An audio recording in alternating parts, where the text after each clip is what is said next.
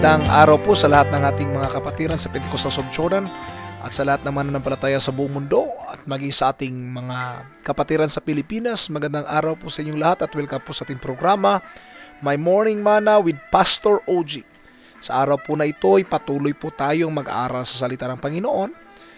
Itutuloy po natin ating naumpisahan sa aklat po ng Jeremiah, chapter 32 pa rin po, verses 16 hanggang verse 44. Basahin po natin ito. Nang maibigay na kay Baruk ang kasulatan ng pagkabili, si Jeremias ay nanalangin, Yahweh, nilikha mo ang kalangitan at ang sanlibutan sa pamagitan ng iyong kapangyarihan. Walang bagay na mahirap para sa iyo. Ikaw ay nagpapamalas ng kagandahang loob sa libo-libo, ngunit pinarusahan mo ang mga anak dahil sa kasalanan ng mga magulang. O dakilang Diyos na ang pangalay Yahweh, dakilang yung mga panukala at kahanga-hanga ang mga gawa mo. Nakikita mo ang ginagawa ng lahat ng tao at ginaganti ang bawat isa ayon sa kanyang pamumuhay at gawa. Gumawa ka ng mga tanda, kababalaghan sa Ehipto, at hanggang ngayon patuloy kang gumagawa ng mga kababalaghan sa Israel at sa ibang mga bansa. Ano pat kilala na ngayon ang pangalan mo sa lahat ng dako. Inilabas mo sa Ehipto ang iyong bayang Israel. Kasabay ng mga tanda at kababalaghan, ikaw ang nag-akay sa kanila sa pamamagitan ng iyong lakas at taglay na kapangyarihan. Ibinigay mo sa kanila ang lupaing ito na dinadaluyan ng gatas at pulot, gaya ng pinangako mo sa kanilang mga ninuno. Pinasok nila at sinakop, ngunit hindi nila tinalima ang iyong utos, ni namuhay man ayon sa iyong kautusan. Hindi nila ginanap ang alinman sa mga utos. Kaya nga pinahatdan mo sila ng lahat ng kapahamakang gaya nito. Sa salakay na ang mga Kaldeyo, marami ang masasawi sa labanan, sa gutom at sa salot. Ang lungsod ay mahuhulog sa kamay ng kaaway. Matutupad na ang lahat ng iyong sinabi. Ngunit ikaw ang nag-utos sa akin, Yahweh. Nabilhin ko sa harapan ng mga saksi ang bukirin. Bagaman ang lungsod na ito ay nakatakdang sakupin ng Kaldeyo. At sinabi ni Yahweh kay Jeremias, Ako si Yahweh, ang Diyos na lumikha sa lahat ng tao. Walang bagay na mahirap para sa akin. Kaya nga tandaan mo na sinabi ko, ibibigay ko sa mga Kaldeyo at kay Haring Nabucodonosor ng Babylonia ang lungsod na ito. Ito'y papasukin ng hukbong Kaldeyo at susunugin kasamang matutupok ang mga bahay ng mga taong kinapupuutan ko. Sapagkat ang bubungan nila ay ginagamit na sunugan ng kamanyang na pansuob kay Baal, at dito rin binubuhos ang mga alak na handog sa ibang Diyos-Diyusan. Sa mulat mula, wala nang ginawa ang Israel at ang Huda kundi kasamaan sa harapan ko. Ano pat naudyukan akong magalit, sabi ni Yahweh. Mula nang itayo ang lungsod na ito, lagi na lamang nila akong ginagalit, kaya't lilipunin ko ito. Suklam na ako sa likong gawain ng mga taga-Israel at Huda at ng kanilang mga hari, pinuno, saserdote, propeta, at lahat na nanirahan sa Jerusalem at sa Huda. Ako'y tinalikuran nila, bagamat ulit-ulit ko silang tinuruan, hindi sila nakinig ni tumanggap man ng payo.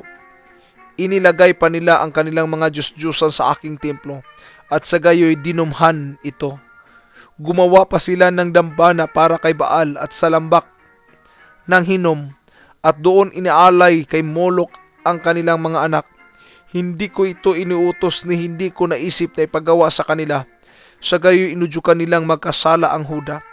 Kaya nga sinabi ni Yahweh kay Jeremias, ipahayag mo sa lungsod na ito'y mahuhulog sa kamay ng hari ng Babylonia. Matapos mamatay ang marami sa labanan, gutom at salot, muli ko silang titipunin mula sa lahat ng lupaing pinagtatapunan ko sa kanila nang ako'y magalit. Ibabalik ko sila sa lupaing ito at matiwasay silang manirahan dito. at sila'y magiging aking bayan at ako ang magiging kanilang Diyos. Magkakaisa sila ng puso at diwa sa pagsunod sa akin at ito'y para sa kanilang kabutihan din at ng mga anak nila. Makipagtipan ako sa kanila sa isang walang hanggang tipan. Pagpapalain ko sila habang panahon at turuang sumunod sa akin ng buong puso upang hindi sila tumalikod sa akin. Ikinagagalak ko ang gawan sila ng kabutihan. Ipinangako ko at patatagin ko sila sa lupaing ito at gagawin ko ito ng buong puso't kaluluwa. Sabi ni Yahweh, pinadalhan ko ng kapahamakan ang bayang ito. Darating panahon ay pagkaloob ko ang kasaganaang aking ipinangako. Muling magbibilihan ng mga bukirin sa lupaing ito na ngayon wala nang naninirahan kahit tao o hayop at nasa kamay ng mga Kaldiyo. At sa pagbibilihan uli ng mga bukirin, lalagdaan at tatakan ang mga kasulatan ng pagkabili sa harapan ng mga saksi. Ito'y magaganap sa Benjamin, sa paligid ng Jerusalem, sa lungsod ng Huda, sa kaburulan, sa Sifela at mga lungsod na timog ng Huda, sapagkat ibabalik ko ang kanilang kayamanan. This morning, I will be discussing on the subject, Covenant Restored. God's covenant po ay nananatili po yan talaga, eternally. Maaari sinabi mo man covenant restored, pero hindi po ibig sabihin na nawala ito. Ang covenant po nito ay babalik lamang kung ang bayang Israel ay babalik din sa Diyos. Bumili nga si Jeremias ng lupa dahil utos ng Panginoon. Pero yun po ay isa din prophecy na darating ang panahon, ang lahat ng tao ay muling babalik. Ang paganda dito, hindi pa nga sila nilipon, ang pangako ng restoration ay ibinigay na. May mga panahon siguro sa buhay ng isang tao na mag-iisip tayo na nakalimutan na ako ng Diyos at ang pangako niya hindi na yata niya tinutupad. But remember this, bago pa man dumating ang problema sa buhay mo, bago pa man dumating ang tagutom, bago pa man dumating ang kapighatian, ipinangako niya na ang restoration sa buhay mo. Ibabalik muli ng Diyos ang mga bagay na kinuha ng mga kaaway. Ito po ay nagkakatotoo nga yung mga sabi ng Panginoon at ang Diyos mismo ang kumausap kay Jeremias at sinabi niya na siya pa rin ang Diyos na dakila, siya pa rin ang may akda ng lahat, siya pa rin ang may plano ng lahat. Dahil nga doon sa mga ginagawa ng tao, ang Diyos ay inuudyukan nilang magalit. Sa ano pong parang inuudyukan? Ganito po, dahil nagsasamba sila ng iba't ibang Diyos. Ang mga bagay na pinagkaloob sa kanila ay ginawa nilang bagay o instrumento din para isamba sa ibang Diyos-Diyusan. Anong ibig kong iparating ganito?